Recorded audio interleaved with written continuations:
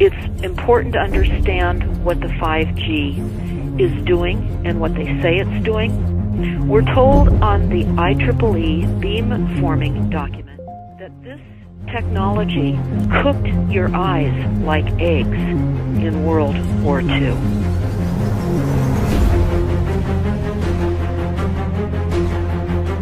And you all need to understand these are military weapons. These are assault frequencies. If you garner nothing more than that, that's what you need to know. It's microwave radiation warfare, is what this is.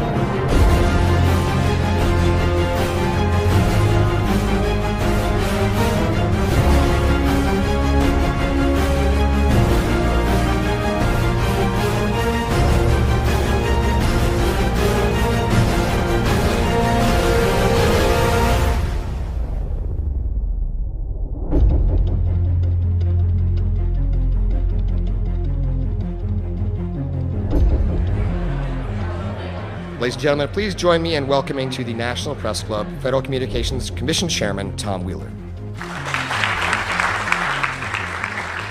It's an honor to be here at the National Press Club. The first generation wireless, 1G, was voice. The second generation, 2G, allowed both talk and text. The third generation, 3G, the internet, in a limited way. And today's technology, 4G, completed that digital migration. But if anyone tells you that they know the details of what 5G is going to become, run the other way. I have to tell people 5G is a killer. I'm Mark Steele. Anybody who hasn't heard me, I'm a weapons systems head-up display expert, one of the leading experts in the world. I've actually brought cover in relation to this, and the reason I became an expert was because I invented them.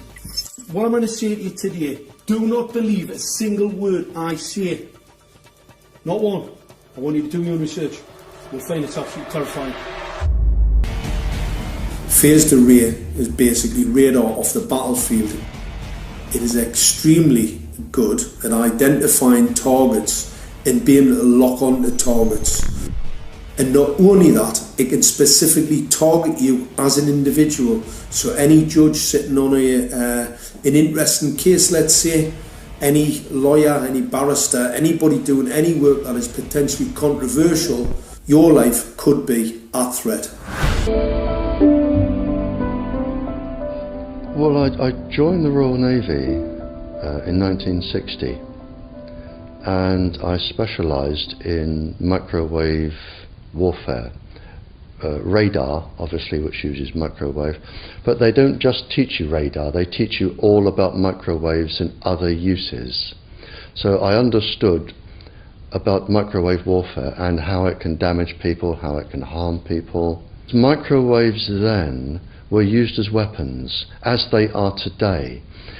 It is a perfect stealth weapon, and when governments don't like a group of people, for instance, the ladies who protest at Greenham Common in England about the American missile base they camped, they were microwaved.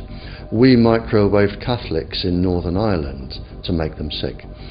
It goes on all over the world, and it's a weapon that you don't know you're being targeted because the dose is very, very low, which is actually more dangerous. Yes, 5G will connect the Internet of everything. If something can be connected, it will be connected in a 5G world. Hundreds of billions of microchips connected in products from pill bottles to plant waterers, requiring massive deployment of small cells. We won't wait for the standards. We must reject the notion that the 5G future will be the sole provenance of urban areas. The 5G revolution will touch all corners, and that's damn important. The interconnected world of the future will be the result of decisions we must make today. I'm Sharon Goldberg. I'm an internal medicine physician. I've practiced medicine for 21 years, and my background is mostly academic, internal medicine, hospital-based, clinical research, and medical education. The effects of wireless on health scientifically are very, very clear. So it's always pushed back to the definition of an acceptable level of radiation. And that's what this is, by the way. This is about radiation. Wireless radiation has biological effects, period. My name is Dr. Angie Kolbeck. I've been reviewing the studies showing the impacts of wireless radiation on our health, and there are now thousands of studies showing the following adverse health impacts to wireless radiation: cancer, oxidative damage, DNA damage, DNA failure. Things like memory, dizziness, anxiety, brain fog. Headaches, nosebleeds, cognitive problem, exhaustion. We have evidence of DNA damage, cardiomyopathy, which is the precursor of congestive heart failure, Disrupted immune function and change in stress proteins, reproductive and fertility effects. There are dozens and dozens of studies that show beyond any doubt what this radiation is doing to our sperm. We are seeing increases in brain tumors. We're seeing increases in Alzheimer's. We're seeing increases in all of the neurotransmitter diseases, ALS, Lou Gehrig's disease, Parkinson's. These are all disease systems that are known to be associated with low-level energy exposures. This is no longer a subject for debate when you look at PubMed and the peer-reviewed literature. These effects are seen in all life forms: plants, animals, insects, microbes. So 5G is not a conversation about whether or not these biological effects exist. They clearly do. There is scientifically evidence that is so strong that you can be certain that the standards used by the FCC to manage health effects are wrong. We need to start measuring how much radiation are people being exposed to before we roll out 5G. There are 4 kinds of electromagnetic fields that we know are harmful to human health. So radio frequency radiation, magnetic fields, dirty electricity, and electric fields, okay? Our exposure, any given person, and all humans are affected by EMFs. What is our exposure in a day? It's not one cell phone.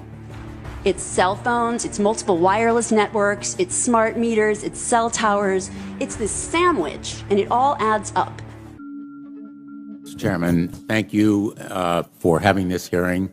5G, as you well know, also uses higher frequency waves that don't travel as far and will rely on a network of hundreds of thousands, potentially millions of small cell sites. And the question then is, are there any health implications, any public safety implications to those additional sites that are likely to be located close to homes, schools, workplaces, and closer to the ground?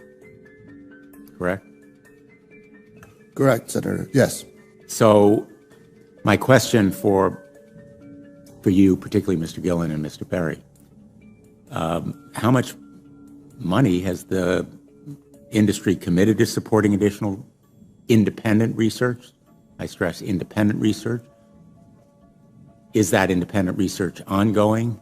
Has any been completed? Where can consumers look for it?